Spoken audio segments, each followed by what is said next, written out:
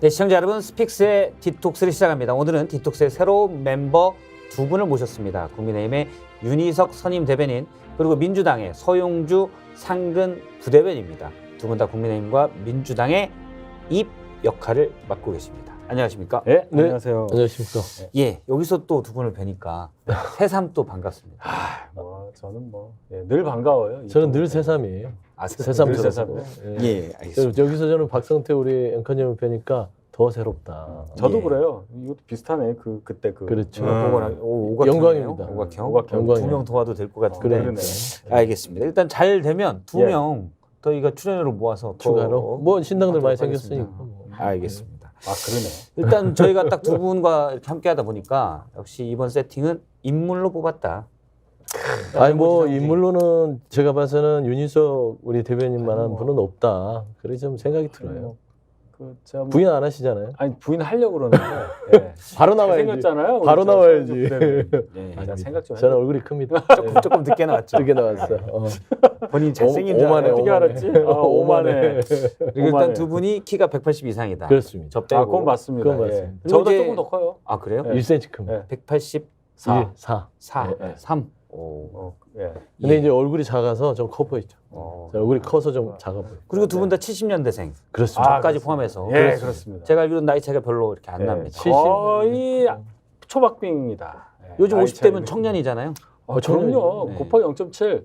정치권에서는 그렇죠. 예, 그렇죠. 정치권에서 애예요, 애. 예. 했지? 앵해. 앵애. 알겠습니다. 그 정도. 거기다 두 분의 또 공통점이 있습니다. 두 분 다 갑이에요. 갑. 우리가 갑인데 갑질 안 하는 그러네. 갑이죠. 그러니까 제가 한이 됐어요. 평생 을로 살다가 그냥 지역구라도 갑을 한번 해보자. 어. 기분이라도 좀. 지금 파주 갑의 예비후보로. 그렇습니다. 그렇죠. 파주갑의 비부로 정말 바닥을 기면서 어. 지금 우리 파주 시민들에게 그렇지. 이렇게 열심히 애원하고 이렇게 표를 구하고 있습니다. 알겠습니다. 지금 음. 원래 강동 예. 강동 예. 망사로 예, 유명했잖아요. 그렇죠. 강동 망사양말들 너무 추워가지고 오늘 망사양말을 안 신었고요. 아, 하여튼 우리 박석태 앵커께서 좋은 그 별명을 지어주셔가지고 예. 아주 잘 써먹고. 아 그래요? 예. 그게 제가 무슨 예전 뜻이에요? 썰전 라이브에 나오셨을 때 네. 이 화면에 망사 양말이 자꾸 보여서 아, 강동 망사다. 취향이 독특하시네요. 강동에서는 망사. 파평윤 씨, 파평 그러네. 야. 별짓 다 있어요. 근데 강동에서 유명하시더라고요. 강동 갑으로 지금 감사합니다. 준비하고 네. 있습니다. 강동갑. 네. 제가 해드릴 수 있는 건 여기까지입니다. 아, 예. 예. 감사합니다. 사실이니까. 예. 네. 알겠습니다. 오늘은 두 개의 주제를 가지고 얘기를 할 텐데 바로 이른바 신당들이 추진하는 신당이 모이면 제3당이 된다. 제3당 이야기, 그리고 국민의힘 한동훈 비대위원장이 연일 내놓는 공약들을 보는데요. 한 비대위원장의 타깃은 분명합니다. 민주당 이건데요. 이 부분도 짚어보도록 하겠습니다. 먼저 첫 번째 주제를 영상으로 보겠습니다.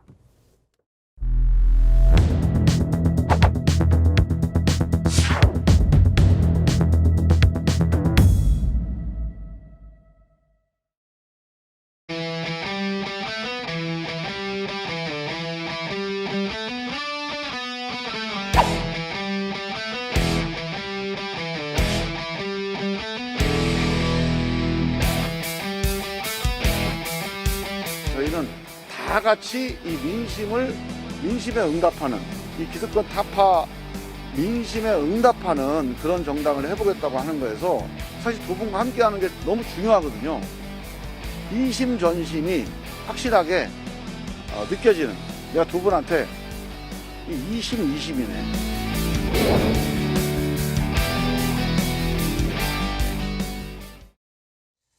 예, 제3의 정당, 신당은 크게 두 분류로 얘기되고 있습니다. 나중에 이낙연 전 대표가 합류할 것으로 예상되는 민주당에서 나온 분들이 주축이 되는 신당이 있고요. 그리고 이미 있죠. 국민의힘에서 나온 이준석 신당, 개혁신당이 있는데 이 두 신당이 만약에 합친다면 또는 연대를 한다면 어느 쪽에서 많이 빠져나올까가 그게 관심인데, 국민의힘 쪽에서 많이 빠져나올까, 이건 이제 두 신당의 합당을 전제로 가정하고 국민의힘에서 많이 나올까요? 민주당에서 많이 나올까요? 먼저 들어볼까요? 아니 그냥 산수를 해보면 되죠. 민주당 의석수가 저희보다 훨씬 많죠. 1.5배잖아요. 그럼 탈락자도 1.5배 정도 나오지 않겠어요? 그러면 그냥 산수를 해보면 민주당 쪽에서 더 많이 나온다고 볼 수밖에 없고, 그거보다는 제가 지금 요 분들의 인적 구성을 보면 보수당처럼 안 보이잖아요. 지금 저 화면을 보셔도 저 화면 이제 민주당 나온 이낙연 전 대표, 김종민 의원 등이 있어서 그렇지 이준석 혼자잖아, 전 대표도 혼자. 지금 많이 나오죠. 그러니까 혼자잖아요. 그다음에 나머지 분들 붙는다고 해도 뭐 금태섭, 유호정, 뭐 또 뭐 박원석 예. 뭐 이런 분들 하면 아무래도 저희 당스럽지는 않아 김용남. 보여서. 예? 김용남. 일단 두 분께서 서로 우리 편 아니다. 니네 편이 갈라진 거다. 지금 이렇게. 제가 그냥 단순하게 얘기하는 네. 거예요. 그래서 저 세력의 분포를 보면 이준석 뭐 개혁신당이라고 했나요? 그분들의 그 비율이 그렇게 높아 보이지는 않아서 적어도 반은 돼야 될 거 아닙니까? 그렇게 따지면. 그래서 저희 당에서 같이 하기가 꽤 어렵다. 굳이 저희 당에서 이준석 전 대표 등과 같이 하려면 꼽을 수 있는 사람이 뭐 김웅, 무슨 뭐 하태경, 유승민 뭐 이 정도 아니겠어요? 하태경 의원은 지금 꿋꿋이 중진으로 있는데 나가는 겁니까? 그거 아니잖아. 그래서 안 되죠. 김용태조차 안 나갔잖아요. 그러니까 더 나가서 그럴 분이 있을까 싶은데. 은근히 얘기한 것 같긴 한데. 그렇죠. 하태경 의원 나갈 은근히? 것 같다. 아니 그런 얘기는 아니에요. 특종인데. 아니, 제가 얼마 전에 하태경 의원한테 물어봤어요. 스픽스 단독. 종로로 나갈 것 같다. 신당 합류한다는 설이 있는데 어떻게 되는 거냐? 안 나가. 아이, 그러더라고요. 삼선인데 어떻게 나가? 근데 이제 뭐 산술적으로 따지면 뭐 윤 대변인 말씀이 맞을 수도 있어요. 근데 중요한 거는 물갈이를 얼마나 하냐 문제거든요. 그러니까 이제 국민의힘이 지금 대대적인 물갈이에 예고돼 있습니다. 한동훈 비대위원장이 영남 싹 밀어버리겠다 이런 거거든요. 최근에 부산 가서 저렇게 하는 거 보면 부산도 지금 움직임 자체가 다 드러내고 있잖아요. 대구도 그렇게 될 거예요. 그럼 영남 물갈이가 되면 당연히 현직 의원들 물갈이가 됐을 때 넘어오는 이삭들이 많죠.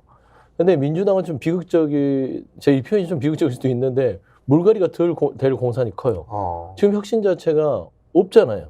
다선 의원들에 대해서 뭐 이거를 뭐 물갈이를 하겠다. 아니면 정치 신인들을 통해 세대 교체를 하겠다. 이런 혁신안이 나와서 물갈이가 어떤 당내에서 쭉 흘러가면 거기에서 현역 의원들이 뭐 추풍낙엽처럼 떨어진 분들은 갈 수 있는데 결국에는 이건 의석수를 떠나서 당이 얼만큼 물갈이 하냐는 거예요. 그러니까 참 이게 우픈 일이죠.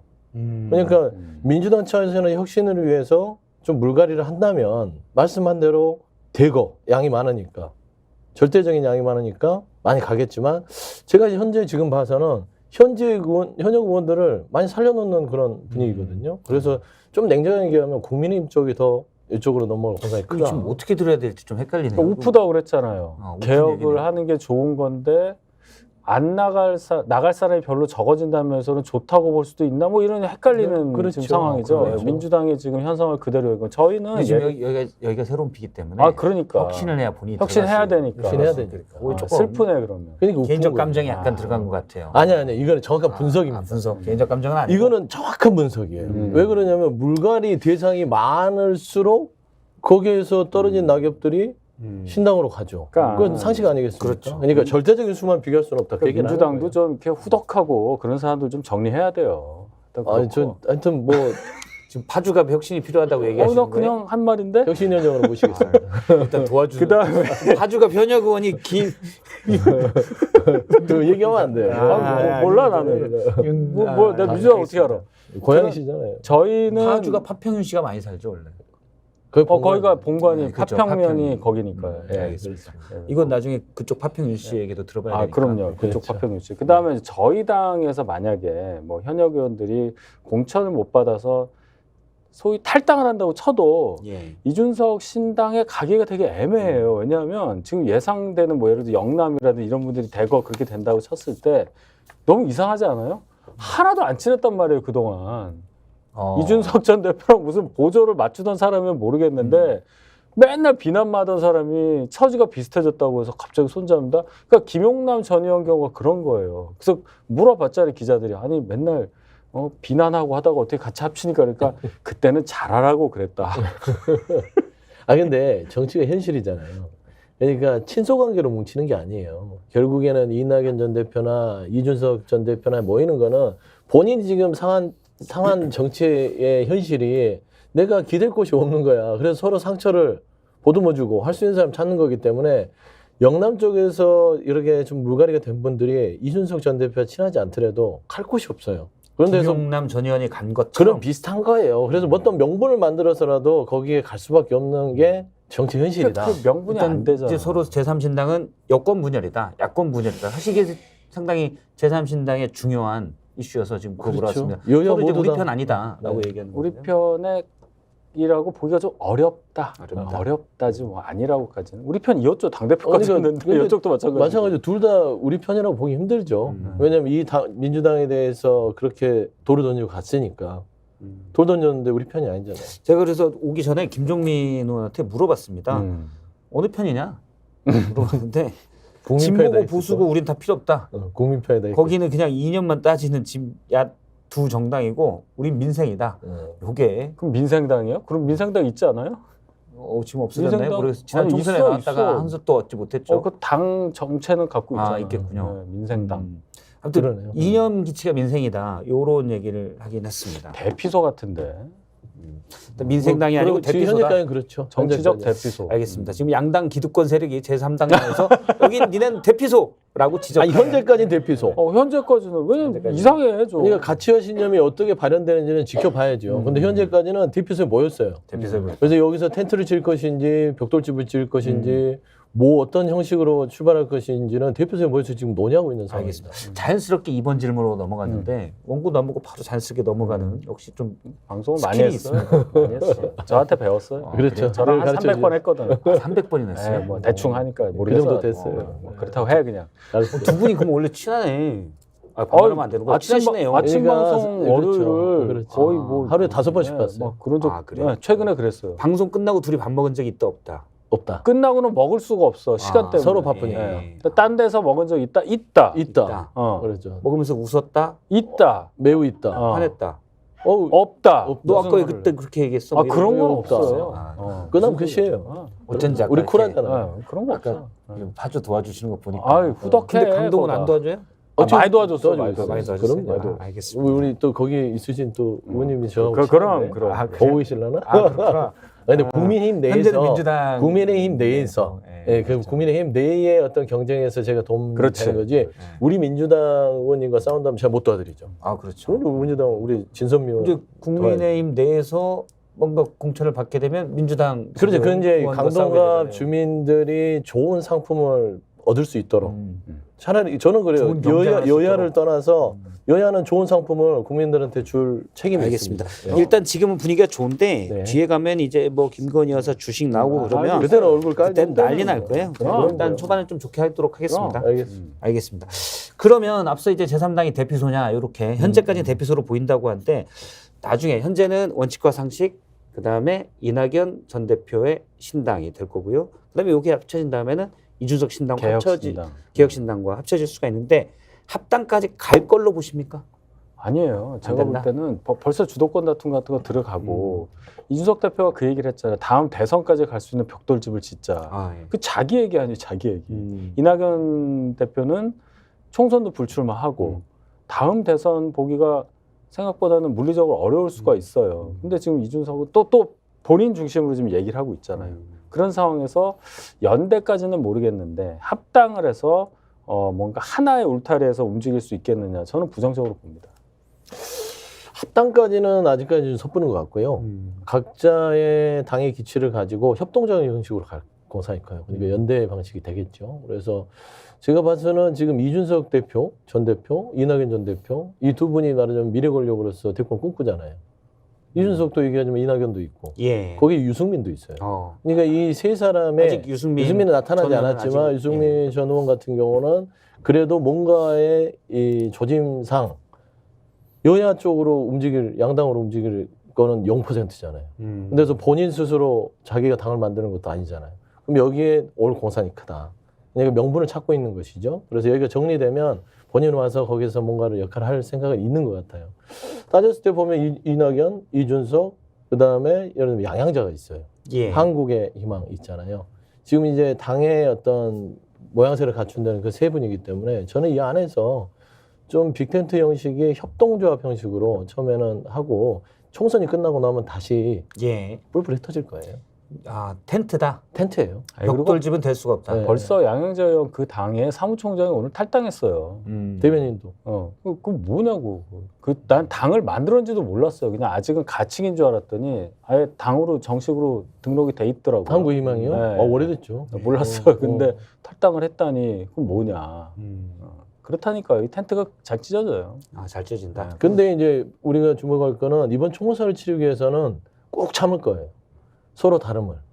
그리고 나서 이번 총선에서 어떻게 해서든지 의석수를 20, 30석이든 얻게 되는 그런 목표를 세울 거 아닙니까? 그러면 거기에서 이제 분배를 하겠죠. 그러니까 이준석, 이낙연, 그다음에 양양자 뭐 의원, 뭐 금태섭 등등해서 다 나눠줘야 된단 말이에요. 그러니까 그런 어떤 서로 간의 어떤 설계를 지금 하고 있는 상황이고 끝나고 나면 같이 갈지 예. 찢어져서 갈지 그거는 또 그때 가서 봐야 되지만 분명히 불가능해요. 뭉쳤다가 지금 헤어지는 수순들을 머릿속에 그러니까 이럴 것 같습니다. 이게 지역구에 출마해서 당선될 가능성이 있는 분들이 있느냐 그 당에 지금 그걸 봐야 되는 거 아니에요. 예. 제가 볼 땐 그렇게 많아 보이지 않거든요. 물론 호남이나 이런 특정 지역에 이낙연 신당으로 해서 갈 수 있는 분들이 있으면 그렇게 보는데 지금 이준석 전 대표조차 어디에서 출마를 해도 예. 지역구 당선되기가 저는 거의 확률이 없다고 보거든요. 노원으로 가도요? 더 안 되죠. 원래 엄지인데. 네, 거기다가 저희 당도 후보 낼 텐데 어떻게 되냔 말이에요. 자, 그러면 결론은 비례대표를 순번을 어떻게 해서 한 뭐 10명 안팎 정도 당선되는 거 봤을 때 누가 들어가냐 그 싸움일 거란 말이에요. 그게 어떻게 합의가 나올 수가 있겠어요. 만약 병립병으로 회귀한다면은 득표율이 20%가 되면 10석이 좀 넘게 되죠. 20까지 가기는 제가 볼 때는 예. 그런 적이 있을까 싶은데요.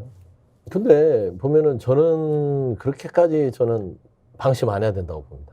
네? 방심하면 안 된다. 방심하면 안 된다. 뭐 지역구에 당선될 사람들이 없다. 근데 그 삼지대가 무서운 게요. 누구 하나를 안 되게나 만들 수 있어요. 그러니까 당선자는 못 낼 거예요. 그러니까 당선자는 못 내도 그래도 누구 하나는 못 되게 할 수 있다. 당연히 못 여당을 되게 못 되게 하거나 야당을 못 되게 그 어떤 그 선거판의 캐스팅 보도는 할 수 있는 것이고 그다음에 이들이 같이 갈 수밖에 없는 건 기호 3번을 받아야 돼요. 예. 그러니까 같이 안 가면 3번을 못 받아요.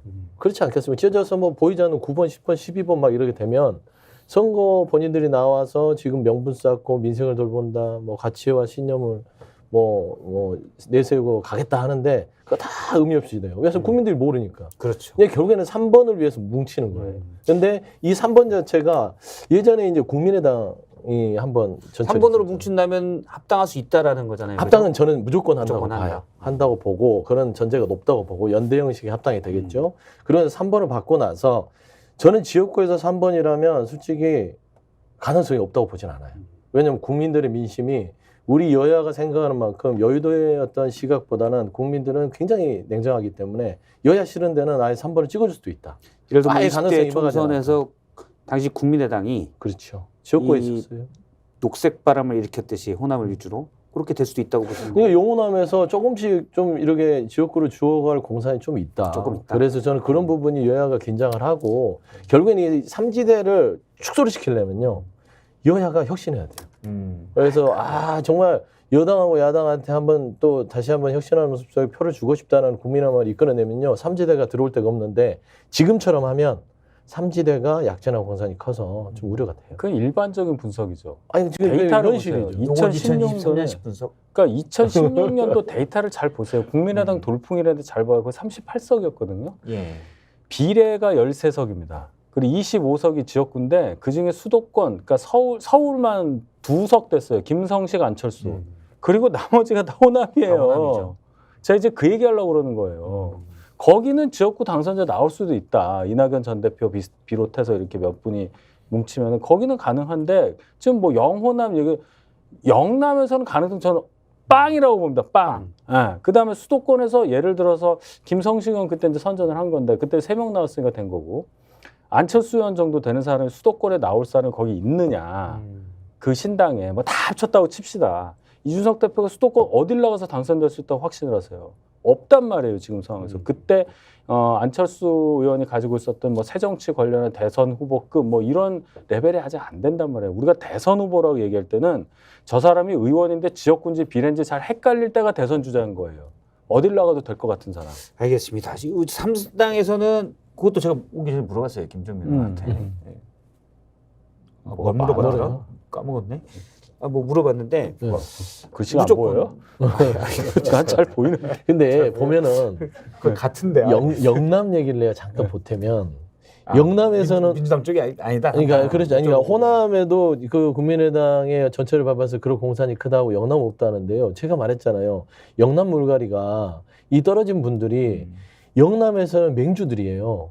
국민의힘의 맹주들이었단 말입니다. 뭐 예를 들어 주호영 의원이나 우리 그렇죠. 어떻게 될지 몰라. 아니, 그러니까 김기현 의원이나 울산을 지키잖아요 지금. 근데 만에 하나 공천이 안 물갈이 된다. 된다면 안 된다. 그러니까 뭐 만에 서병수 하나. 의원, 구체적 이름들을 말하면 또 그 그렇죠. 그러니까 뭐 의원들이 중진들이 있는데 선을 그분들은 넘네. 무소속으로 나와도 될 만한 역량이 있는 거예요. 예. 그럼 예를 들어서 국민의힘이 정말로 이번 물갈이를 위해서 용산에 어떤 나온 인물들을 다 물갈이 해줘요. 그러면 그분들이 이준석 당원은 안 가더라도 무소속이 나올 수가 있어요. 예. 그러면은 거기에 삼지대에서 하나 꽂아요. 그럼 분열이 되는 거잖아요. 그럼 주워 먹을 수도 있어요. 이건 이제 제3당이 그러니까 당선자가 안 나온다는 얘기를 아니, 잘 나올 수 되냐 안 있다니까. 되냐를 떠나서 상대방 당들이 어떻게 되냐에 따라 서로 이제 하다- 소선거구제에서 그렇죠. 빌릴 수 있다. 지금 그렇죠. 그런 맥락이 예를 있는 들면 거죠. 그 A 중진 의원이 용산에 있는 사람한테 밀려서 공천에서 나가리 말하자면 이제 밀려나요. 예, 나가리 이런 거 그거 아니고. 아닙니다. 예. 그러니까 이렇게 밀려나면 결국에는 이 사람은 국민의힘 후보고 이 국민의힘 중진 의원이 무소속으로 나와요. 그러면 이 둘이 표를 갈라먹죠. 여기에 이준석 삼지대에서 하나 꽂아요. 그러면 누가 이득이 되겠어요? 어떻게 될지 그러니까 모른다. 그 가능성 높아질 수도 있다. 그런 분석을 해야 된다. 아까 이제 제가 김정민 의원에게 물어봤던 거는 저겁니다.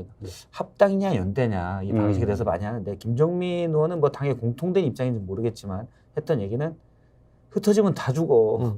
합당이라는. 기호 3번 받아야 돼. 네, 3번 받아야 돼. 예, 그렇게 일단 얘긴 했습니다. 그래서 비례대표 배분 문제가 있다는 것으로 알고 있는데 없어 지금 그러고 얘기도 안 해. 일단 그게 제3당 입장임을 안 계시니까 제가 출연료 때문에 2명만 불렀는데 조회수 많이 나와야 이제 돼. 이렇게 필요한 것만 들어서 얘기해 주면 되잖아요. 저희가 많이 나와야 이게 네. 한 명 더 부를 수 대신 얘기해야. 대신 얘기해야. 아주 경제적인 방송입니다. 공정하잖아요. 공정. 당 입장도 아주, 뭐, 아주 효율적이야. 일단 여론조사상 15% 두 개 합치면 넘으니까. 맞아. 혹시 앵커님한테 삼지대에서 또 아니, 아니죠? 아니, 그분 말도 저는- 길어. 우리끼리 하는 게 나아. 그렇죠. 네. 말이 너무 길어. 맞아.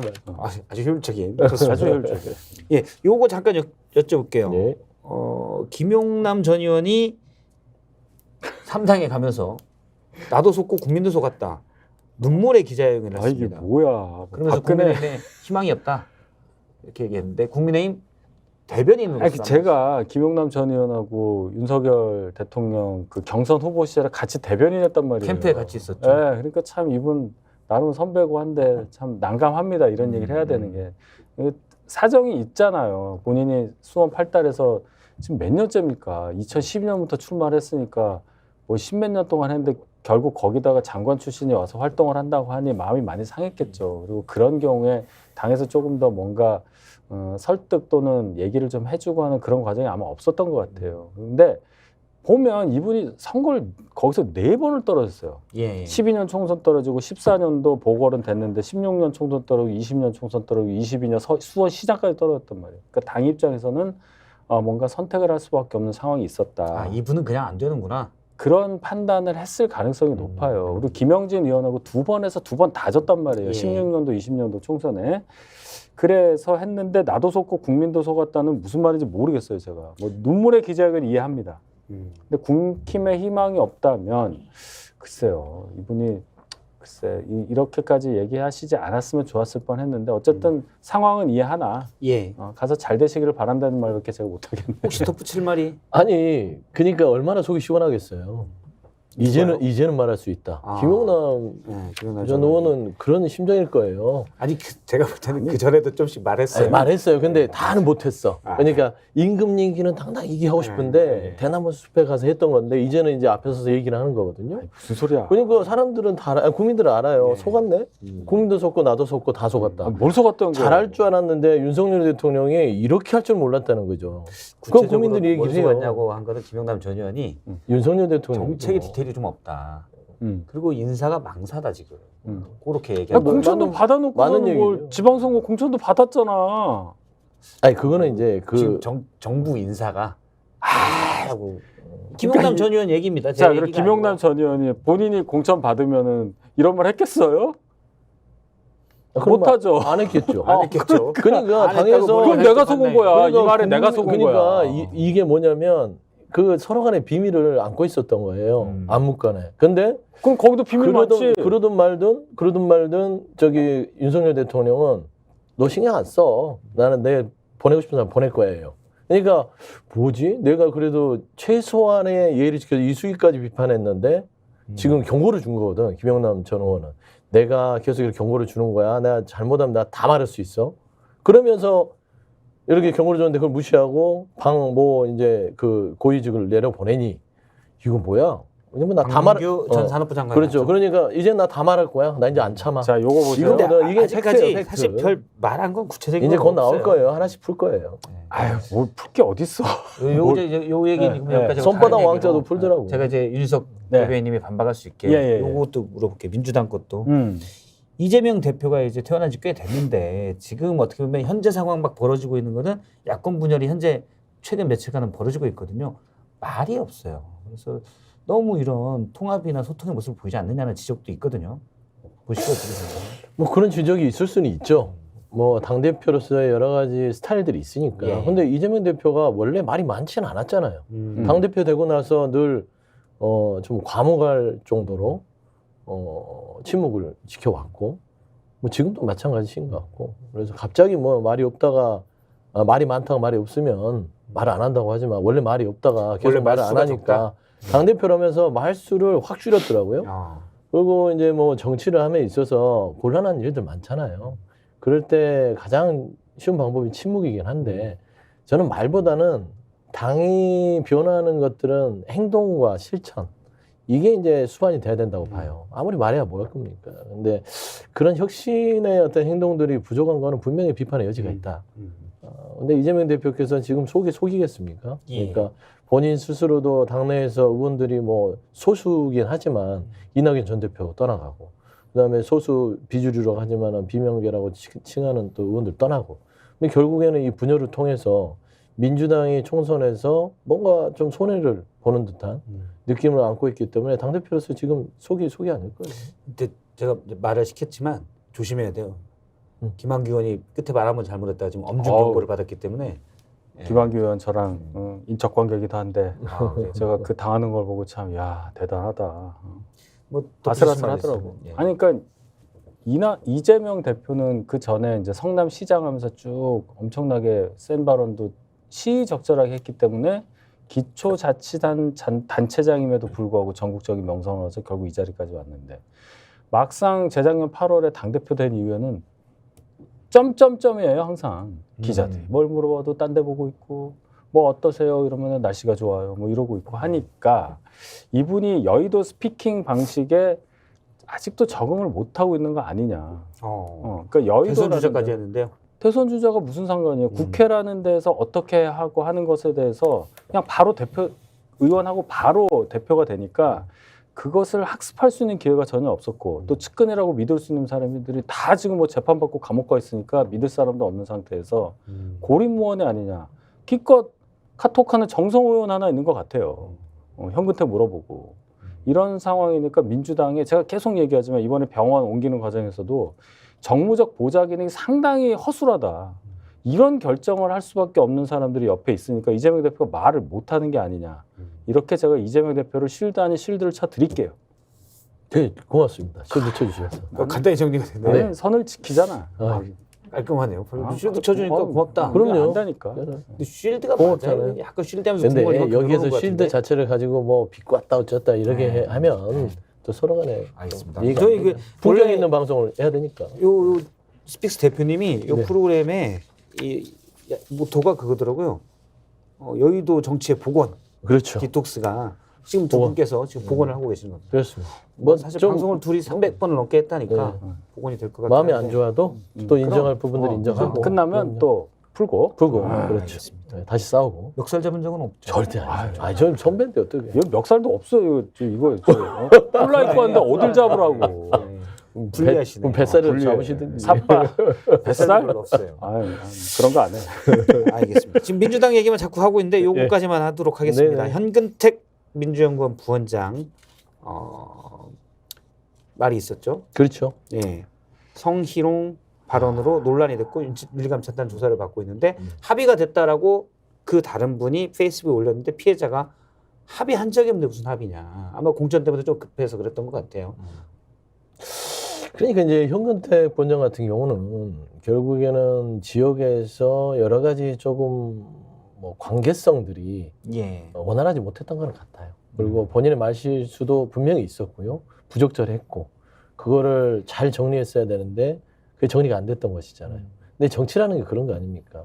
본인이 잘못한 부분들을 사과를 하고 그 사과가 받아졌을 때 수습하면서 어떤 기회가 오는 것인데 그 사고의 수습 과정에서 참 운도 나쁜 것이 이게 이재명 대표와 정성호 의원 간의 이 텔레그램 메시지가 공개가 되면서 이거는 말하자면은 이 문제를 그냥 넘어갈 수가 없는 상황에 더 처한 커져버렸죠. 사실. 그러니까 이 문제는 하나밖에 없습니다.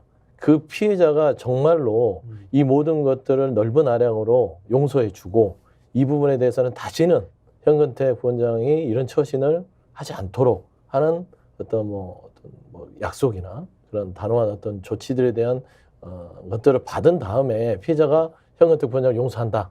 여기에 대해서는 다시는 왈가왈부 안 하고 당에서도 피해를 입지 않기를 바란다. 라는 정도의 수준이 안 나오면 이 사태는 수대가 쉽지 않아요. 그걸 꾀한 것 같은데 미리 합의도 안 됐는데 미리 올려가지고 그러니까 이런 게 더 벌였어요. 이제 또 불난집에 또 기름을 붓는 격이라서 뭐 현근택 부원장의 개인적인 어떤 정치의 길에 제가 어떻게 평론을 하겠냐마는 빨리 좀 수습을 하시거나 예. 해야만 당의 부담도 되지 않고 본인에게도 이런 거 도움이 보면 될 민주당 것이다. 굉장히 신기한 당이에요. 이걸 무슨 피해자랑 합의하면 이게 없어져요? 그러진 않죠. 그 뭘 합의를 한 걸 가지고 합의를 했다고 해서 뭘 제시를 했다 칩시다. 그럼 현근택 부원장은 다시 살아나는 거예요? 그 웃기잖아요. 아까 한동훈 비대위원장이 얘기를 했어요. 저희 당에서 똑같은 일이 있으면 2번 생각 안 한다는 말까지 했어요. 그게 정상이잖아요. 현근택 부원장 저랑 한 100번 정도 방송을 했고 예. 나이도 같고 가깝지만 너무 안타깝습니다. 상황은. 그러나 그건 변론으로 하고 이런 상황이 일어났는데 무슨 피해자가 이해를 했느니 모범적인 사과가 있었느니 이게 좀 무슨 짓이냐고요. 이게 뭐가 모범적이라는 거예요. 뭐가.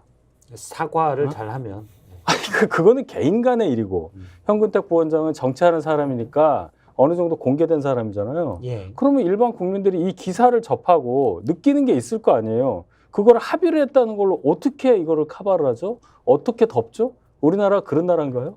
사람들이 바본가? 제가 말하는 게 합의라는 게 아니라 이게 뭐예요, 그 이게 피해자가 거기에 대해서 그냥 용서를 받아들이고 할 수 이런 있도록 정치적인 길에 사과를 대해서 더 해야 된다. 네, 그렇죠. 정치적인 길을 열어주지 않는 이상은 쉽지 않다는 얘기예요. 아니 그 정치적 길은 이 소식을 접한 국민들이 열어주는 거지. 물론 민주당 내부에 제도가 있으니까 또 적격 나오겠죠. 그럴 수도 있죠. 그게 무슨 왜 해요? 적격 그 나올 수도 적격 심사. 아니 근데 이제 뭐가 있어야 전제가 적격이야 있는 이 당은. 것이죠. 뭐가 전제가 문제가 있어야 적격이더라고. 그게 문제가 없으면 그건 적격 아니야. 아니고요. 조심해. 적격 맞아요? 예? 적격이야? 저요? 아직 안 했지. 저는 적격이죠. 뭐 문제 있어? 나요? 어. 너무 없죠. 거기 다 문제 있는 좀 사람만 목소리 좀 작게 적격이던데. 저야 뭐 인생을 다시 반추하게 되네. 그러니까 제가 한마디만 할게요. 민주당은 나오면 무슨 피해자랑 합의를 했네, 탄원서를 돌리네. 왜 그런 짓을 해요? 그런 당 없어지나?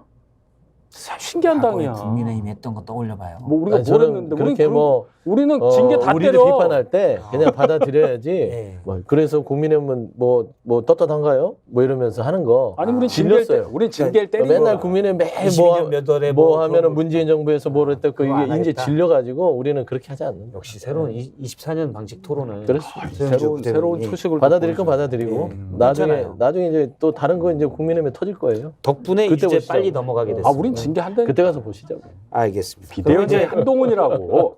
그러니까 안 되지.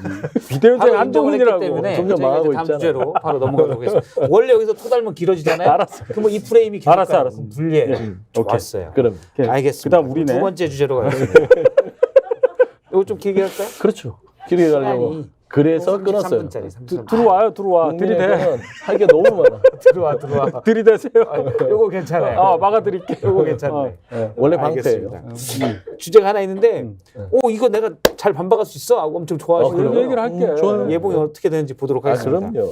먼저 민주당 겨냥하는 한동훈. 자, 그다음에 김건희 여사 문제까지 다룰 텐데요. 주제를 영상으로 보겠습니다.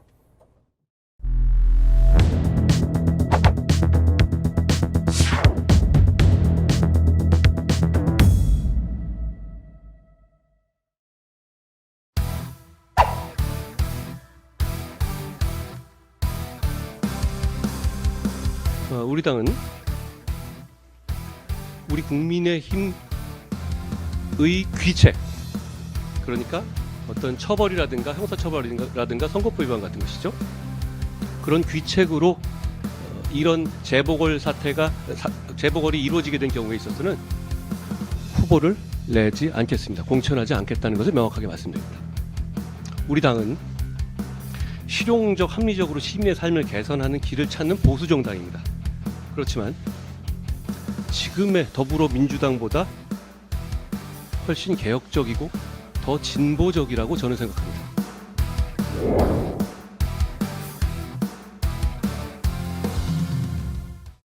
예, 일단 이것부터 얘기해 볼까요? 한동훈 국민의힘 비대위원장이 민주당이 무슨 진보냐? 우리가 더 진보적이다라고 얘기를 했습니다. 네. 혹시 반박을 좀 하시겠습니까? 그냥 아무 말이나 하는 거죠, 뭐. 아무 말이다. 네, 아무 말이에요. 지금 한동훈 비대위원장은 본인이 법무부 장관의 틀에서, 검사의 틀에서 아직 못 벗어났어요. 그러니까 민주당을 비판하기 위해서 이제는 뭐 본인들이 진보정당이다. 그러니까 민주당은 이제 보수다라고 규정하는 것은 어떻게 대한민국의 정치사를 공부를 하고 온 건지 안 하고 온 건지 모르겠어요. 보수와 진보로 나누는 건 정책 기조로 나누는 것이에요. 그러면 본인들이 진보 정책을 추진해야죠. 그렇지 않잖아요. 한동훈 비대위원장의 오늘 말은 우린 보수가 맞는데 민주당이 진보인지 모르겠다. 그러니까 몇몇 사안에서 우리가 더 진보적이다. 요게 이제 정확한 그 얘기는 제 얘기예요. 민주당도 보수당이라고 하는 아니, 게 제 그러니까 얘기예요. 보수색이 있는 거는 맞는데 결국에는 진보적인 정책을 본인이 더 가열차게 추진한다 그런 얘기를 좀 하고 싶어서 하는 거잖아요. 그러면서 민주당을 이제 디스를 한 건데 한동훈 비대위원장은 제가 늘 말하지만 무슨 얘기를 해도 아무 의미가 없어요. 처음에 시작을 첫 단추 잘못 끼웠잖아요. 지금도 못 끼고 있잖아요. 어떤 단추요? 김건희 여사 특검법. 그렇지 않았어, 그다음에 내가. 저기 대장동 50억 클럽 그거 두고 못 끼웠잖아요. 네. 그거를 못 끼는 이상 어디를 가서 손을 흔들고 셀카를 찍고 사람들하고 악수를 하고 진보 정책을 얘기하고 개혁을 하겠다고 하는 거 다 의미 없어요. 본인이 공정하지도 않고 상식적이지도 않은데. 그리고 국민한테 거짓말했잖아요. 국민의 생각을 나침반으로 삼겠다 했는데 김건희 특검법, 대장동 50억 클럽 특검법, 심지어 이태원 참사에 대한 특별법조차도 공론 분열을 우려해서 거부권을 해야 된다는 뉘앙스까지 붙이잖아요. 예. 이게 무슨 국민의 생각을 나침반으로 합니까? 그러면서 저기 떠들어서 뭐 할 거예요? 다 그 공연불이죠. 저는 그렇게 생각하고 싶어요. 엄청 부러워하시는 것 같은데요. 부럽지 않습니다. 벌써 비주얼부터 다르지 않습니까? 민주당 최고위원의 분위기와 저희 당의 분위기는 굉장히 다르다는 것을 같은 화면을 양쪽 양분해 놓으면 아실 거예요. 그리고 혹시 뭐 특정인의 외모 이런 건 아니죠? 외모라는 말을 안 했어요. 분위기라고 그랬잖아요. 저희 비주얼이라고 해서 제가 아니 비주얼이란 말은 한동훈 위원장의 비주얼을 얘기하고 안경이 크다고. 그 얘기예요. 그렇죠. 그리고 그다음에 지금 뭐 진보 뭐 그 얘기 했잖아요. 그 얘기는 그 얘기예요. 미안한 얘기지만 현근택 부원장 같은 경우에도 민주당이 지금 현근택 부원장 관련한 사건과 관련해서 보여주고 있는 이 웃긴 얘기들이 과연 진보라는 가치에 맞는 일이냐. 그거 한번 대답 못할 것 같은 게 제가 물어보지는 않겠는데 대답 못할 겁니다. 그게 어떻게 진보의 가치에 맞는 행태예요. 두 번 다시 생각 안 하고 탁 뭘 해줘야죠.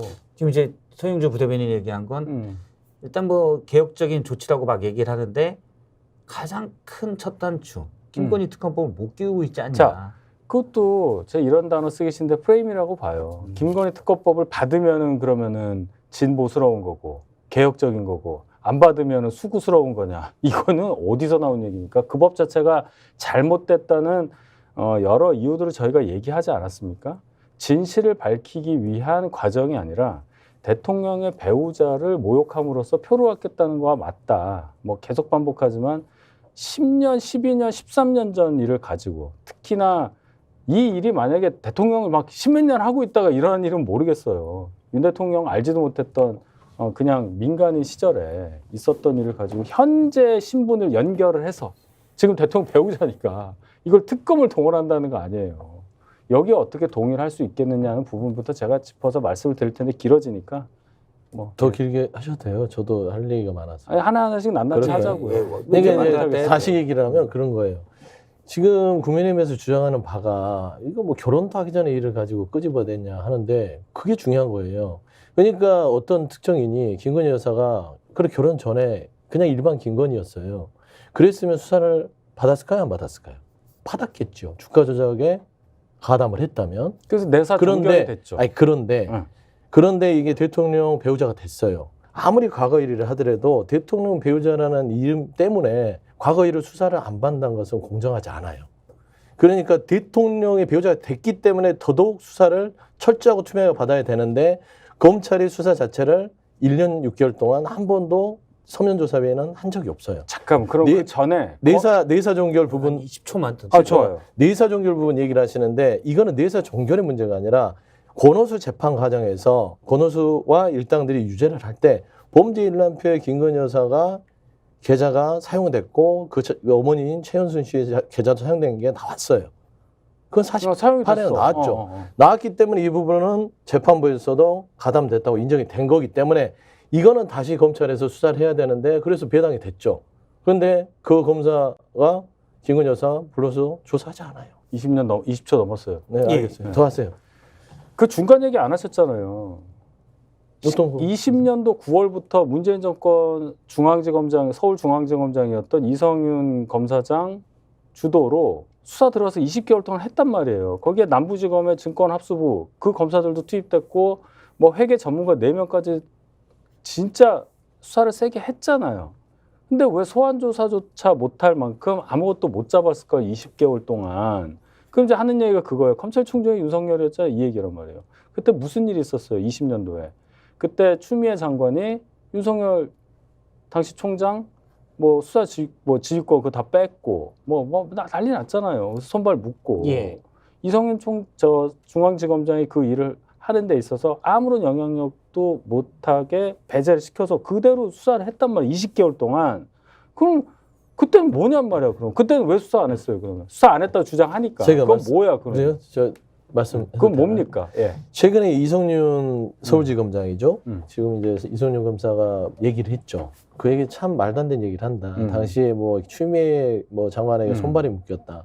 근데 윤석열 그 당시에 검찰총장이었잖아요. 예. 그러니까 결국에는 이성윤 검사는 검찰 조직을 너무 모른다는 얘기죠. 그런 주장을 하는 것은 검사 동의체고 결국에는 총장 자체가 당시에 특활비를 가지고 본인 사람들에게 돈을 나눠주면서 모두 장악을 했다는 겁니다. 그러니까 이성윤 지검장이 수사를 했다 하더라도 총장 자체에서 그 수사 검사들이 다 지휘가 됐기 때문에 이거는 수사 자체가 제대로 이루어지지 않았다는 것이고 결국은 그러다 보니까 정말 검찰의 기소가 김건희 여사를 빼고 기소장이 들어갔음에도 불구하고 재판장에서 이미 권오수를 털다 보니까 김건희 여사의 계좌를 뺄 수가 없는 거예요. 이게 사법 아닙니까? 야, 그건 증거고. 인정한다고. 그러니까 결국에는 검찰의 수사 자체는 그렇게 미진하게 될 수밖에 없는 구조였고요. 그리고 결국에는 재판부가 그것을 주쳐냈기 때문에 그 부분을 다시 고발이 돼서 검찰이 윤석열 전 검찰이 지금 수사를 하고 있음에도 불구하고 아무것도 이루어지지 않고 있다. 일단 뭐 그렇기 두 분의 때문에 말을 특검을 하는 것이죠. 정리하면 이제 그 이미 20년부터 문재인 정부 때부터 이성윤 중앙지검장을 필두로 강력하게 당시 문제를 수사했는데 안 됐지 않냐, 세게 수사했는데 이거고 그 위에가 아무리 수사 지휘를 배제당했어도 윤석열 검찰총장이기 때문에 그럼요. 검사들이 당시 수사를 제대로 못했다. 이거는 이성윤 당시 서울지검장 이성윤 검사의 이야기입니다. 자, 예. 그 다음에 그럼 제가 또 얘기할 예. 수 있어요. 자, 그렇다고 쳐요. 그런데 이번에 이제 1심 결과가 나왔잖아요. 지금 민주당에서는 계속 유죄가 나왔으니까, 관련자들 유죄가 나왔으니까 특검해야 된다 이 얘기하는데 반만 얘기를 하는 거예요. 주가 조작에 가담했던 그 실행자들, 권오수부터 해서 이뭐부터 해서 이런 사람도 유죄가 났어요. 근데 계좌 소유주들, 김건희 여사와 모친은 계좌 소유주에 불과해요. 예. 이 계좌가 이용을 당했다는 거잖아요. 91명의 계좌 소유주, 157개의 계좌. 이게 이용이 됐다고 이제 나와 있단 말이에요. 2명을 기소를 했어요. 검찰에서. 가장 좀 그래 보인다. 뭔가 통정 매매도 한 것 같고 그래 보인다. 기소를 했는데 무죄가 났단 말이에요. 이 2명이. 그러면 김건희 여사는 신분이 뭡니까? 계좌 소유주란 말이에요. 그럼 이걸 가지고 뭘 하겠다는 거예요 도대체. 이게 특검할 사안이냐고. 당시 이른바 무죄가 이제 쉽게 말하면 나왔는데. 쩐주. 쩐주라고 할 수 있죠. 쩐주들도 일부 기소됐는데 무죄 나왔다. 네, 무죄 나왔어요. 처음 가장 보는 거 혐의가 아니냐? 중해 보인 사람을 기소를 했단 말이에요. 그러니까 이제 그런 주장도 조금은 아쉬운 부분이 예를 들면 검찰이 그러면 왜 무혐의를 못 내릴까요? 못 내려요. 아직 사건이 종결되지 이유는 뭐냐면 않았죠. 사건도 종결되지 않았을 뿐더러 최소한의 법적인 기준이 있는 겁니다. 무혐의를 내리려면 아예 관련성이 없다고 해야 되는데 너무나 명백한 증거들이 있는데 이거를 지울 수가 없어요. 그러면 최소한 이거를 수사를 해야 됩니다. 그러면은 기소냐 불기소냐를 정하고 무혐의를 내리고 해야 되는데 검찰에서도 이걸 보면 이거는 기소권인데 기소를 했다가는 큰일 나는 거예요. 그러니까 아무것도 안 하는 겁니다. 그렇기 때문에 특검을 통해서 하는 거예요. 왜? 권력자, 최고의 권력자의 배우자이기 때문에 검찰도 움직이지 못하는구나. 그랬을 때 입법부가 헌법에 보장된 특별법, 특별검사에 대한 법을 통해서 이 수사를 강제적으로 하는 거예요. 그렇기 위해서 사건을 왜 종결 안 했냐. 자, 그 얘기 할게요. 그러면 그렇죠. 아까 말씀하실 때는 이성윤 지검장 시절이라 하더라도 아무리 손발 묶인 검찰총장 윤석열이었어도 검사들이 뭐 특활비를 뭐 좀 나눠줬던 간에 어쨌든 윤석열 당시 총장 편을 들으니까 수사를 안 했다는 얘기잖아요. 수사가 미진하게 됐다. 미진하게 또 네. 그러면은 지금은 뭡니까? 이 사람들은 당연히 그럼 종결을 했겠지. 대통령이 됐는데 그런 똑같은 검사들 아니에요. 그렇게 좌지우지 되는 사람이랑 이렇게 있다가 대통령 종결시켜 버렸겠지. 그런 거 아니에요? 못 한다니까요. 아니, 증거가 그럼 명백하기 때문에 이때는 그러면 이때는요. 말하자면 기소해서 넘겼잖아요. 거기서 당시에 김건희 여사를 빼요. 아 왜 편할 때만 생각해? 아니요, 그게 입장이 달라지는 그게 거잖아. 사실이라니까. 그러니까 그러니까 말함대로 좀 이렇게 예. 이 고려가 된 거죠. 김건희 아, 여사 이것도- 자체가 윤석열 대통령 그 당시 검찰총장과의 그렇게 관계가 추정을 하는 있고 거죠? 추정을 하는 거죠. 그래서 이제 기소가 좀 느슨하게 해서 빠지고 들어갔지만 재판과정에서 드러나 버리니까 이거를 다시 수사를 해야 되는데 이걸 수사는 무조건 기소권이다. 왜냐하면 계좌가 활용이 돼 있고 지금 최근에 이 언론에서 나오더라고요. 뭐 어떤 수익에 대한 부분들, 그 다음에 공소시효가 나면 2차 어떤 그 주가 조작에 이른바 있어서 2차 작전 시기에 블록까지 걸어주지. 블록딜 엑셀까지 나왔다는 게 보도가 됐지 않습니까? 그럼 이런 게 뭐냐면 검찰이 수사를 해야 돼요. 이 수사를 어떻게 하냐면 일반인이라면 일단 소환을 해요. 소환하고 포렌식을 위해서 저기 핸드폰도 휴대폰도 압수수색해서 포렌식도 하고 계좌도 수색을 하고 해야 되는데 아무것도 안 하잖아요. 이게 정상적입니까? 이런 건 제가 말을 더 많이 해야 돼요. 네, 더 하십시오. 너 네. 말이 너무 길어. 왜 그래? 나 짧았는데. 죄송합니다. 제가 역변을 잘 했네. 자르겠습니다. 네. 자, 윤 정권 치하에서도 사건 종결을 못하는 양심적인 검사라면 그때는 왜 그럼 문재인 정권 때는 그러면 수사를 안 하고 그랬을까? 했겠죠. 했다고 봐야지. 근데도 기소조차 못했잖아요. 왜 똑같은 검사를 요럴 때는 이렇게 생각하고 여기서는 이렇게 생각하냔 말이에요. 음모론에 취하면 그렇게 되는 거예요. 뭐가 그때 있는 것 같아. 지금 말씀은 그때 기소를 못하고 제대로 못한 거는 자, 만약 윤석열 총장의 어쨌든 위에 총장이 있으니까 그랬다면 지금 대통령인데 당연히 지금 하든지 잘 보이려고 할 수 있지 않냐. 그 얘기지. 말씀인 거죠? 왜 그 얘기는 또 다르게 해석을 하냐면 자꾸 딴소리 하잖아요. 아니, 그러니까 복잡해요. 지금 여기서 이렇게 복잡하지. 넘방해서 할 것도 아니고. 이게 지금 요 주제는 약간 뭐 사실 많이 나오기도 하고 독자들이 복잡한 이해를 아니, 아니, 논리가 복잡한 이유가 구독자가 뭐냐면 이해를 못하지. 정말 아무렇지도 않고 어떤 것도 없다면 김건희 여사에 대한 거를 주가 조작 그 어떤 관련성에 대해서 특검해버리면 돼요. 그러면 그 역풍은 민주당한테 오거든요. 이제 논리가 안 되니까. 아니지. 그러니까 우리는 합의서도 없고 탄원서도 아니 저는 없는데요. 그런 거예요. 그런다고 결국에는 달라. 팩트로만 얘기하자니까. 특검을 거부하는 자가 범인이라고 틀림없이 또 대통령이 옛날 얘기를 얘기하잖아. 했어요. 아니 했어요. 본인이 했어요. 못 윤석열 들어오잖아. 대통령이 한 말이죠. 했던 말을 본인이 이제 와서는 자기의 배우자니까 특검을 거부해버려요. 에이, 공격이 셀 줄 알았는데 못 그러면 들어오네. 배우자가 보면 범인인가? 그거 아니잖아요. 들어오라고 그러죠. 계속 못 들어오잖아. 들어오죠. 여기를 못 들어와. 지금 이 주에는 사실 맨날 여러 번 똑같은 얘기가 얘기만 된 해. 얘기에서 새로 나온 얘기를 제가 이제 좋아요. 던지고 오케이. 구경하겠습니다. 준비하고 있어요.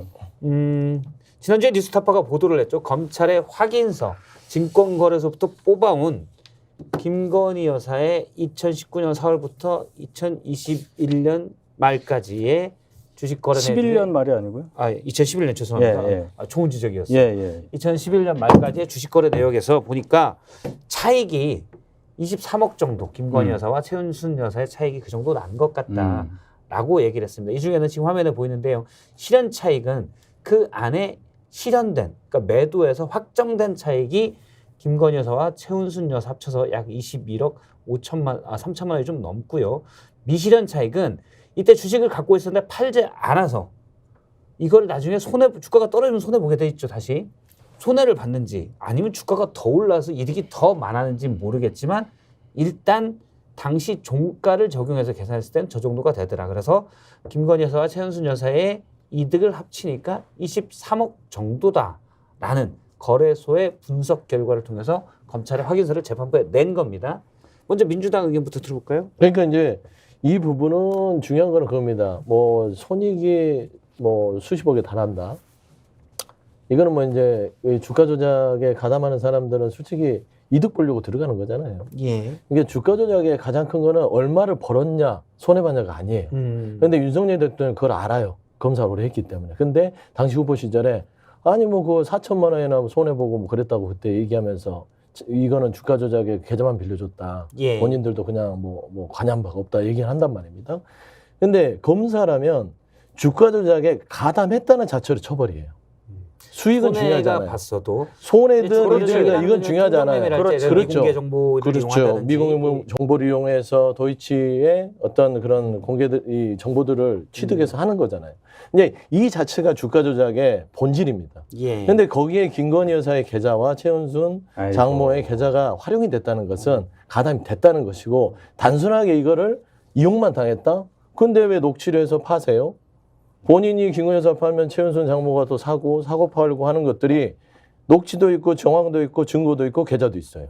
근데 검찰이 이거를 왜 주가 조작범으로 안 될까요? 그러니까 검찰 수사를 계속 얘기하는데 결국은 이 미심적인 여러 가지의 정황들을 검찰이 못 풀어내니까 아 대통령하고 관계가 있어 그런가? 라는 차원에서 그러면 특검을 통해서 푸자는 거예요. 예. 자, 판결문 좀 보세요. 1심 판결문. 거기 뭐라고 돼 있어요? 유죄를 내리면서 지금 보시고 여기 보고 있어요. 어. 주가 조작의 의도는 인정되나 실패한 주가 조작이라고 그랬어요. 예. 실패한 주가 조작. 자, 실패한 주가 조작에서 수익이 남아요? 주가 조작이 실패하는데 뭐 무슨 차익이 나와? 설령 돈을 벌었다 하더라도 주가 조작과는 관계없는 시기에 벌었을 가능성이 높아요. 만약에. 그리고 이 지금 그래프 아까 나왔지만은 여기 보면 미실현 차익이라는 항목이 있잖아요. 예. 이런 거를 넣는 순간 바보가 되는 거예요. 주식 관련 얘기를 할 때 누가 실현이익에 다른 거를 넣어가지고 이런 식으로 뻥튀기를 합니까? 주식 해보셔서 아시죠? 제가 가지고 있는데 나도 모르는 사이에 100원이었던 게 1,000원 올라갔는데 나 모르고 있었어. 그럼 난 10배 버는 건데 나중에 보니까 팔려고 했더니 아까 10배 됐었네. 그럼 내가 10배 미실현 차익을 갖고 있었던 거예요?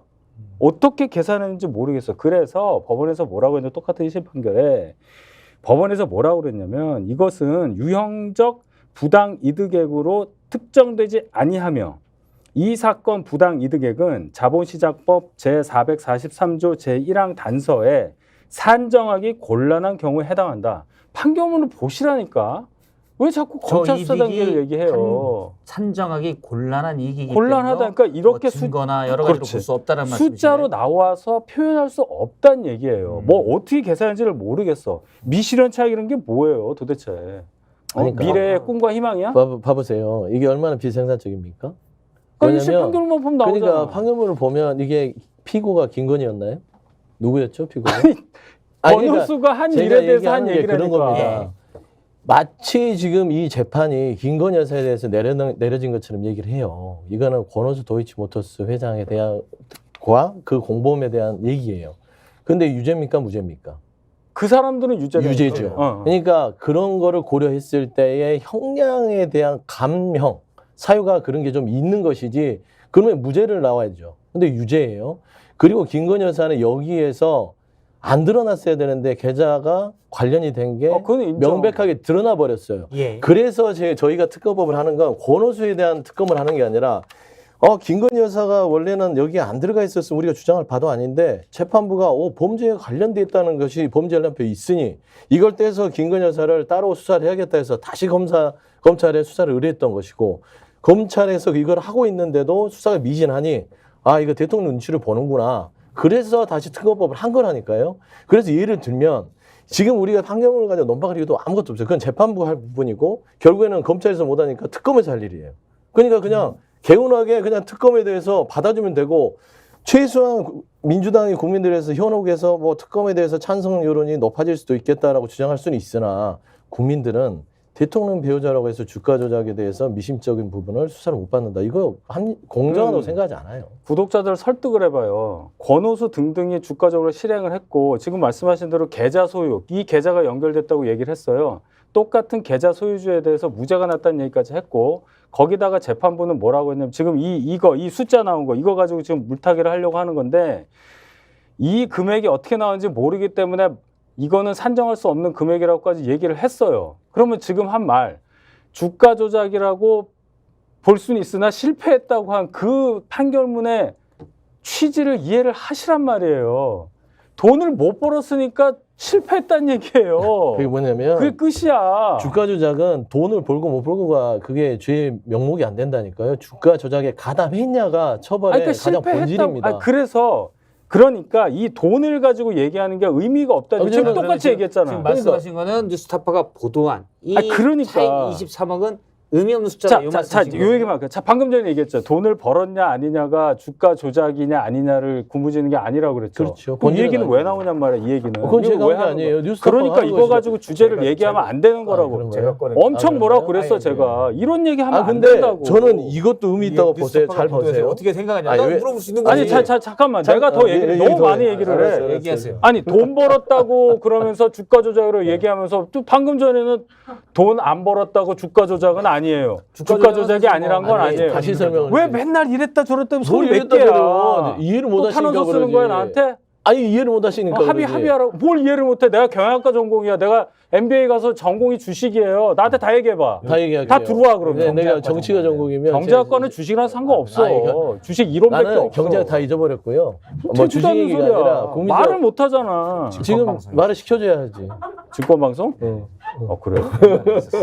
아니 말을 시켜줘야 말을 하지. 말을 못 하는 거야. 뭐 일심 판결에 들어가세요. 나왔는데. 그 뭐냐면 제가 얘기하는 거는 주가 조작의 본질의 처벌은 주가 조작에 가담만 해도 처벌이 되고 결국에는 주가 조작을 하려는 것들은 말한 대로 돈 벌려고 하는 거잖아요. 그렇죠. 근데 실패하면은 돈 못 벌겠죠. 그렇죠. 근데 그 못 벌고 벌고로 처벌이 달라지지 않는다는 얘기예요. 제 얘기는. 오케이. 예. 무슨 말인지 알죠? 예. 그러니까 주가 조작을 시도했다는 자체, 주가 조작을 실행했다는 자체가 엄벌에 처해지는 겁니다. 그렇죠. 그렇기 때문에 지금 저는 이제 김건희 여사의 여러 가지의 어떤 주가 조작의 가담 여부의 의혹이 있는데 검찰이 수사를 안 하고 국민의힘에서 특검을 받지 않고 대통령이 거부권을 행사하니 오케이. 이런 보도들이 쏟아지는 겁니다. 지금. 자, 그럼 제가 얘기를 할게요. 23억을 오케이. 벌었다. 예. 그 다음에 제가 얘기한다고. 나도 여기 91명의 마무리를 하고 좋아요. 마무리를 하고 그래서 또 단독보도의 2차 그러니까 공소시효가 남아있는 2차에 김건희 여사의 블록딜 엑셀 파일이 발견이 됐다. 이런 보도들이 나오는 거죠.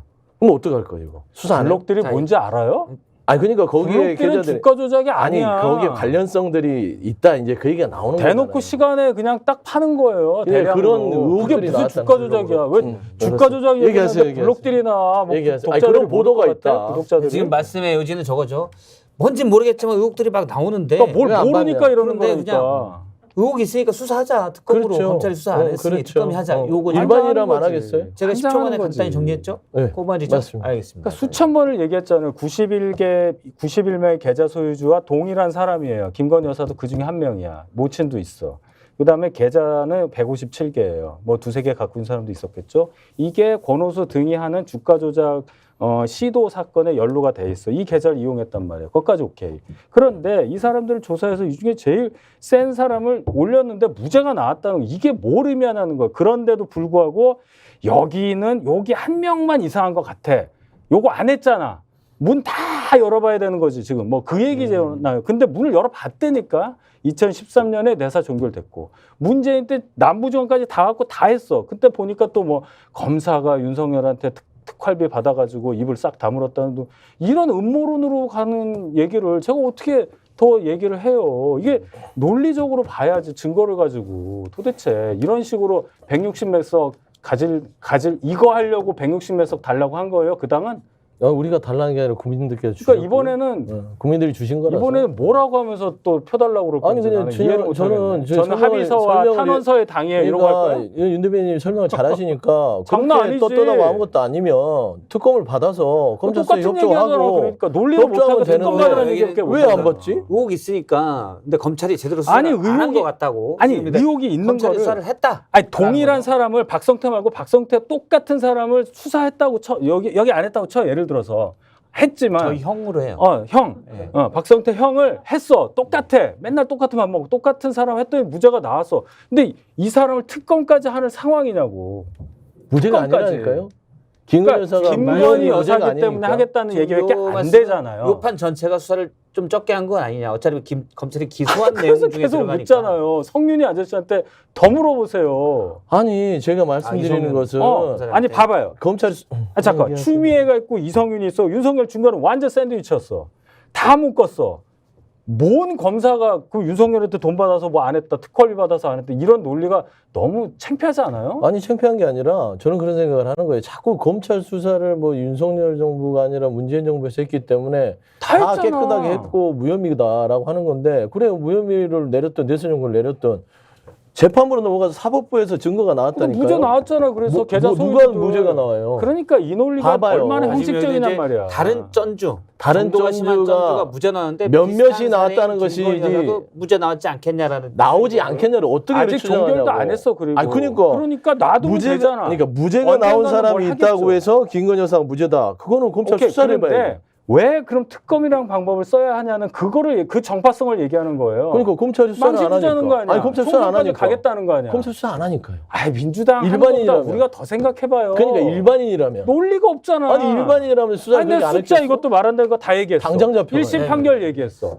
비슷한 판결문도 얘기가 안 보고 와가지고 여기 와서 억지만 부리면은 뭐 억지가 아니라 이건 의석이 상식이지. 아깝다, 진짜. 상식이지. 의석이 비슷한 얘기가 아까워. 오고. 의석이 아까워. 의석이 많아서 배치가 많아. 아까워. 요 이제 제가 의석 아직 못 얘기는 따라서. 뭐 간단히 예를 들자면 그런 거죠. 창피하다 진짜. 병장 3호봉과 상병 마루봉이 서로 주장이 다르면 네. 1병 2호봉 정도가 눈치 보고 아무 짓도 안 한다. 그 뭐 그런 얘기잖아. 뭐 지금. 그런 걸 수도 있는데 중요한 거는 구분해야 돼요.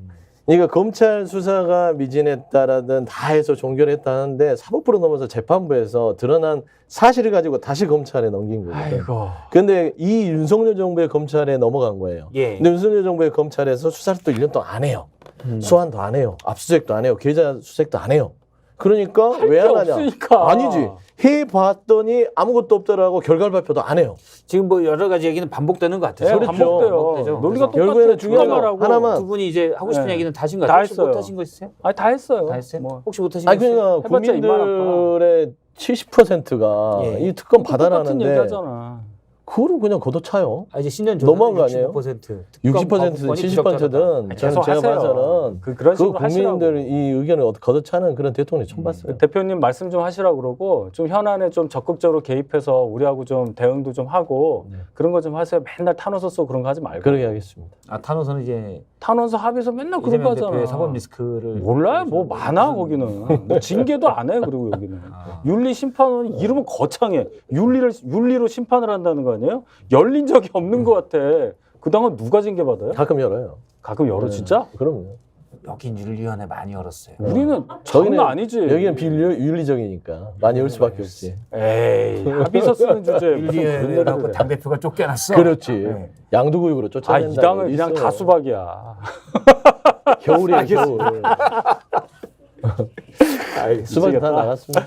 네. 예, 지금 뭐 김건희 여사의 23억 차익 여기까지 했는데 일단 뭐 주식의 이 이익이 중요한 게 아니고 가담한 주가조작에 가담에 쓴 정황 제대로 수사하는 게 중요하다는 가담이 말씀이시고 뭐예요? 가담이 뉴스타파가 무슨 보도한 간첩이야. 요 내용만 가지고는 조작범들은 다 이 가담해. 23억 이익도 부정확한 수치이고 네. 이거 아무 의미가 없다. 법원에서 인정을 안 했잖아요. 법원에서 인정을 안 한 것이다라는 인정한 것만 가지고 양측의 얘기합시다. 주장입니다. 우리 딥톡스 시청자분께서 이제 보고 예, 또 예, 판단을 하실 거고 예. 예. 혹시 없는 정보는 또 다른 데 가서 그러니까 보시고. 이 자료 10초만 얘기하면 이 자료의 가장 큰 맹점은 미실현 차익이라는 항목까지 만들었다는 거예요. 저 같으면 안 만들어요. 저 같아도 안 만드는데 예. 그게 분량이 좀 작아요. 그러니까 여기가 허술하지. 21.5, 여기가 1.5야. 그거 의도를 갖고 만든 거지. 예, 그러면 근데 돼요? 그게 검찰 언론인가? 검찰 아니 그게 검찰 확인서 그대로. 저는 이러한 보도 행태를 타파하고 싶습니다. 이게 검찰입니까? 이렇게 만들면 안 되죠. 검찰 의견서가. 나는 가만히 있어. 이건 언론이 아니라 검찰 아, 의견서라니까요. 아저씨 숟가락 얻지 말아요. 아니 나 아니 지금. 검찰 의견서라니까. 근데 뉴스타파 얘기하는데 그래. 난 이런 보도 행태를 타파하고 싶다니까. 알겠습니다. 너무 후덕해. 뭐 한마디 하세요. 예? 할 말이 하세요. 없지 뭘. 할 말 있겠습니까 제가 뭐. 예, 알겠습니다. 전주에는 훈훈하네. 안 그러셨잖아요. 네. 이번 주만 그러시는 것 같아요. 아이, 그러니까 저는 여기 재밌으니까. 저는 솔직히 말하면 전주는 전주? 별로 돌아가고 싶지 않아요. 지금 저는 이번 주가 좀 나이스. 예. 내가 할 땐 가만히 있고. 내가 해야지. 알겠습니다. 전주에는 안 그러시더니 이번 주에 좀 너무 격앙되시는 것 같아요. 네. 제가 오늘 조금 다음 주에는 그랬네요. 어떻게 하실 거예요? 다음 주엔 제가 조금 더 후덕한 사람을 어떻게 하는 김건희 거예요? 여사 얘기만 나오면 자꾸 격앙되시네. 그게 아니라 이 법적으로 좀 그렇지 않습니까? 예, 제가 전공이 혹시 그 주식이라. 기분만 이렇게 잘라가지고 용사로 보내주시는 거 아니에요? 이렇게? 그렇죠. 그럼 여기 유명한 방송이니까 뭐 알아서 보시지 않을까? 그렇습니다. 알겠습니다. 오늘 뭐 앞에부터 쭉 두 분이 친했다가 싸웠다가 온탕, 상관없어요. 뭐 냉탕, 뭐 왔다 갔다 하는 거죠. 우리는 뭐 그죠? 혹시 비빔밥이니까. 앞에서 말 합 맞춰갖고 나오고 그런 거 아니에요? 그런 아까 방금 들었잖아. 요즘 어려워. 이건 내가 이렇게 얘기할 테니까 이건 네가 좀 인정해줘. 그런 거 안 합니다. 딱딱 눈 보면 알지. 눈 보면 알죠. 그럼요. 알겠습니다. 우리 승부는 냉혹하니까. 그럼. 특검해야 됩니다. 알겠습니다. 오늘 디톡스에서 새로운 얼굴들 국민의힘 윤희석 선임 대변인과 민주당의 서용주 상금 부대변인과 얘기를 나눴습니다. 제3당 얘기도 나눴고요. 그리고 김건희 여사 특검법, 특히 뉴스타파가 보도했던 24억 차익 어떻게 생각하냐 이 부분도 집중적으로 얘기를 나눴습니다. 오늘 말씀 고맙고 다음 주에 또 네. 뵙도록 하겠습니다. 네. 전주는 잊어버리고 그럼 네. 전주는 없어. 너무 띄워주셨네요. 이번 주만 생각하겠습니다. 알겠습니다. 오늘 디톡스는 여기서 마치고요. 오늘 수요일에는 김종대, 이현주 전 의원과 함께 하도록 하겠습니다. 고맙습니다.